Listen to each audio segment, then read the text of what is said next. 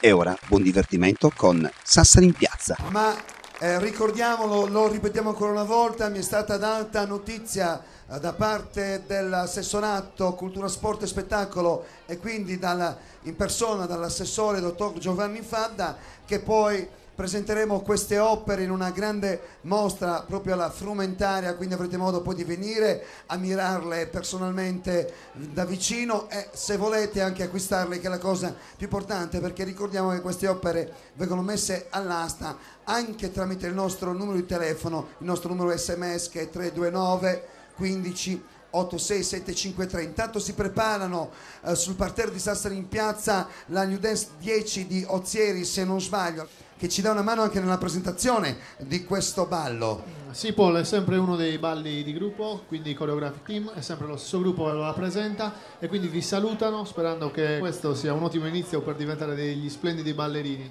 Prego, New Dance 10 da Ozieri, vai!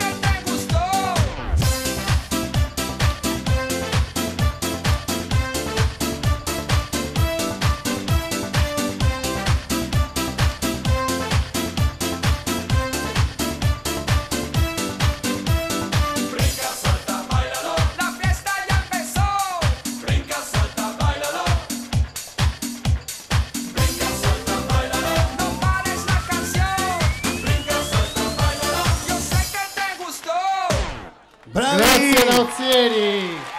Vi chiedo solo un applauso per la loro insegnante Cristina. Dov'è Cristina? È nascosta, La se chiamiamo? no poi la Dov'è chiami per Cristina? ballare. Vieni Cristina. Tonello, il pezzo dove io e lei abbiamo ballato Sì. non è andato in onda. No. No, è andato in uno speciale però televisivo che però possiamo rifarci adesso, che Ma non è la secondo me gonna. sì, Possiamo secondo me provare? sì. Sì, Se sì, il sì, pubblico fa un applauso grande, facciamo i ballerini e Cristina. Facciamo una presa acrobatica. Prega signora, scusi.